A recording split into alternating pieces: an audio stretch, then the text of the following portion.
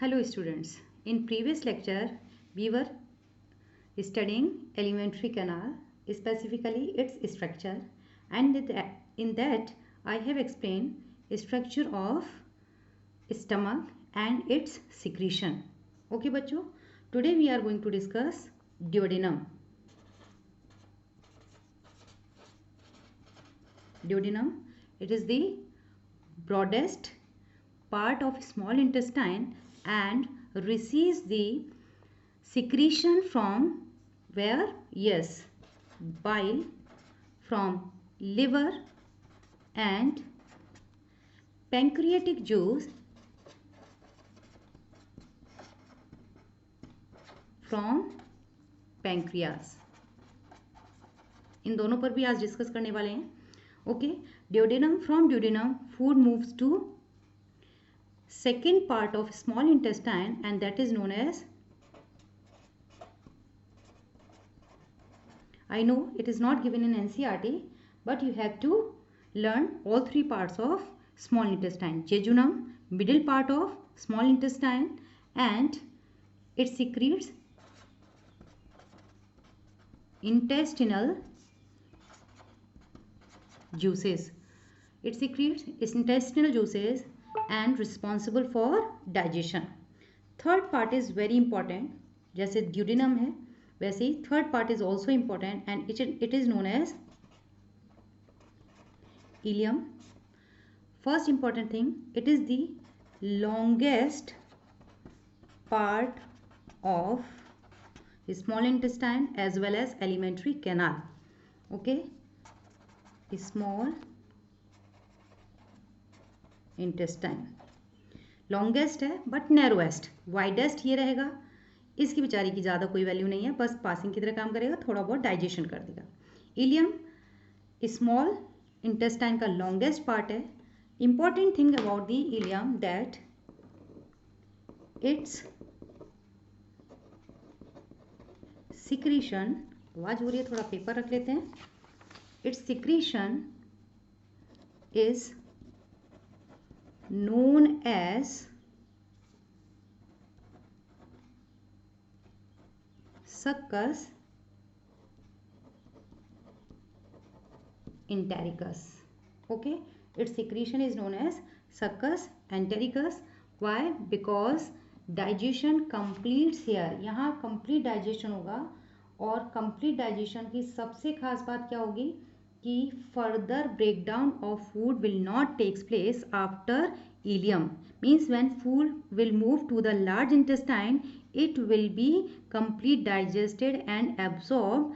But whatever food is moved to the large intestine, it is undigested food. यानी कि जिस food का small intestine ने digestion नहीं किया है या सेमी डाइजेस्टेड फॉर्म में ही रह गया या रफीज की फॉर्म में रह गया है, तो वो कहाँ चले जाएंगे, या अब्जॉर्ब नहीं हुआ है, वो कहाँ पास कर दी जाएंगे जी, लार्ज इंटेस्टाइन. ओके, और large intestine is again made up of three parts. बच्चों, लार्ज इंटेस्टाइन को लार्ज क्यों कह रहे हैं? लॉन्गेस्ट पार्ट तो इलियम हो गया, फिर लार्ज इंटेस्टाइन को लार्ज क्यों कह रहे हैं? Because it has wider lumen than the small intestine. यानी कि स्मॉल इंटेस्टाइन अगर internally cross sectional area small intestine का इतना है, ओके, इतना है, तो लार्ज इंटेस्टाइन का कितना हो जाएगा? इतना wide.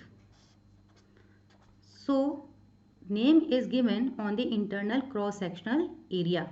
If cross sectional area is small, then we are calling it small intestine. If cross sectional area is large, then it is known as large intestine. Okay, length बहुत ज़्यादा नहीं होती, लेकिन क्रॉस सेक्शनल एरिया, अंदर का वाला area जिसमें कि फूड ट्रांसफर होगा, मूव करेगा, that is larger than the small intestine. That's why it is known as large intestine.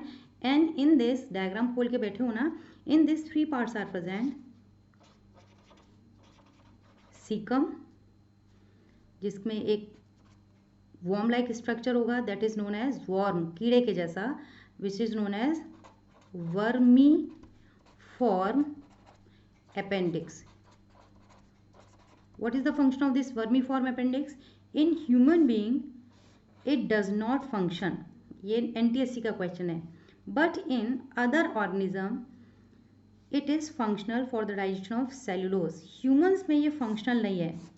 क्यों? क्योंकि हम सेलुलोज का डाइजेशन नहीं करते हैं, हम कुक्ड फूड खाते हैं। तो जब हमारे अंदर फंक्शनल है तो ये एग्जाम्पल हो गया एक, याद कर लो, वेस्टिजियल ऑर्गन का। ओके बच्चों, सीकम, सीकम में वर्मीफॉर्म अपेंडिक्स, कल डायग्राम में बनाया था। ओके, ध्यान से बनाया ना आप लोगों ने भी, अपेंडिक्स लिखा होगा। सेकेंड पार्ट इज कोलोन, क्योंकि यहाँ डाइजेशन तो हो नहीं रहा तो हम कोई डाइजेस्टिव एंजाइम की बात नहीं कर रहे हैं। Colon, and here absorption of water takes place. Third part is rectum, where storage of faeces takes place. Okay, faeces को स्टोर करके कौन रखने वाला है? वो रखने वाला है जी आपका रेक्टम, यानी कि फीसेस बोले तो undigested food. Undigested food,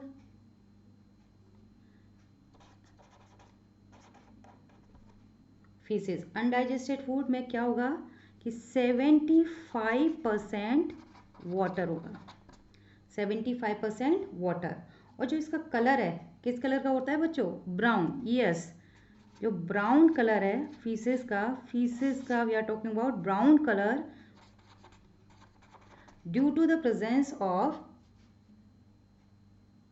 स्टरकोबिलिन्स। Spelling लिख दूं,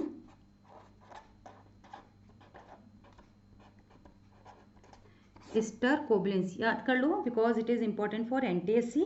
ओके, स्टरकोबिलिन्स। यहाँ के बाद जो रेक्टम है वो किस में ओपन होने वाला है बच्चों?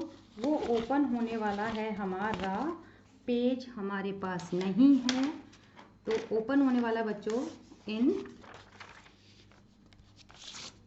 Anus, through which time to time we will pass faeces. Okay, so anus time to time, क्यों? When we feel filling of rectum, then there will be release of feces, and anal opening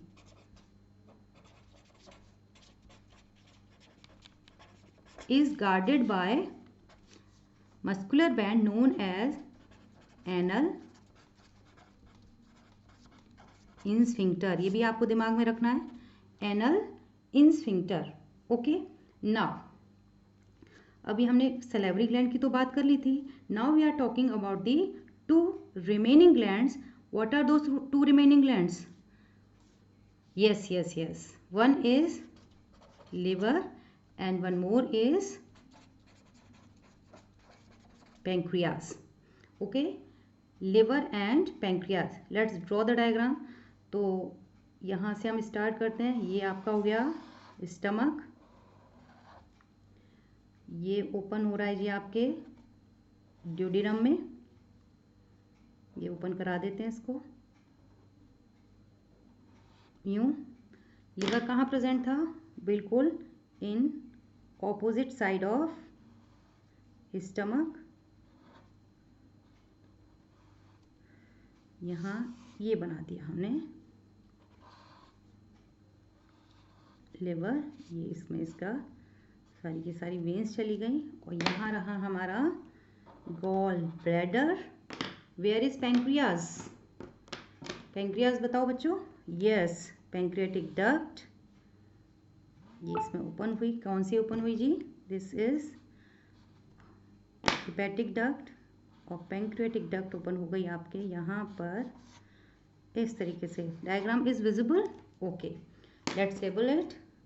this is stomach, जिसके हम पहले discussion कर चुके हैं। HCL present होगा, mucus present होगा, pancreatic, not pancreatic, pepsin present होगा, प्रोटीन डाइजेस्टिंग एंजाइम। ये रही आपकी पैंक्रियास। कैसी ग्लैंड है? मिक्स्ड कह सकते हैं, heterocrine,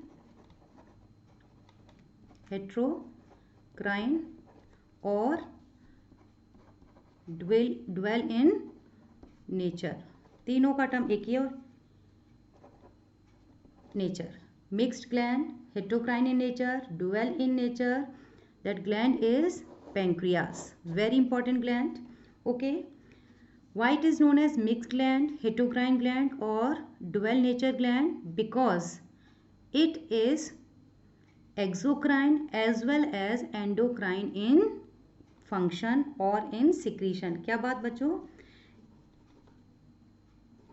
Exocrine and endocrine in nature.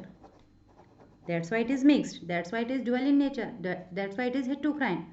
Exocrine means it is responsible for secretion of enzymes, and endocrine means it is responsible for secretion of hormones. Yes, our statement will be that pancreas is known as mixed gland because it secretes both enzymes and hormones. That's why it is known as heterocrine gland. That's why it is dual in nature. Okay बच्चों, and its secretion is known as pancreatic juice. Why pancreatic juice? Why pancreatic juice?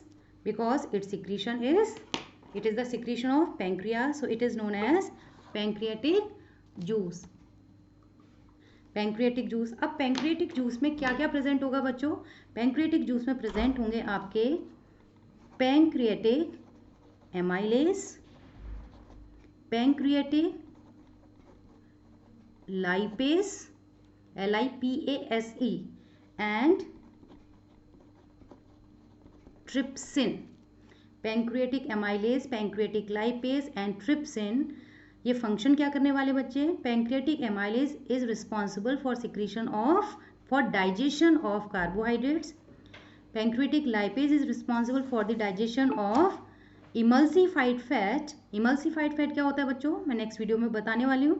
And trypsin is responsible for digestion of proteins. लेकिन ये digestion pancreas नहीं करेगी. Digestion कहाँ होने वाला है बच्चों? First part of small intestine, that is duodenum में. यानी कि pancreas secretes following 3 enzymes and pour their secretion into duodenum for the digestion of various food components. Okay बच्चों, getting my points? Okay, liver की बात हम अगले video में करेंगे. Till then bye bye. Revise करते रहो और लगातार एनसीईआरटी को रीड करते रहो. ओके बच्चों, ओके, बाय बाय.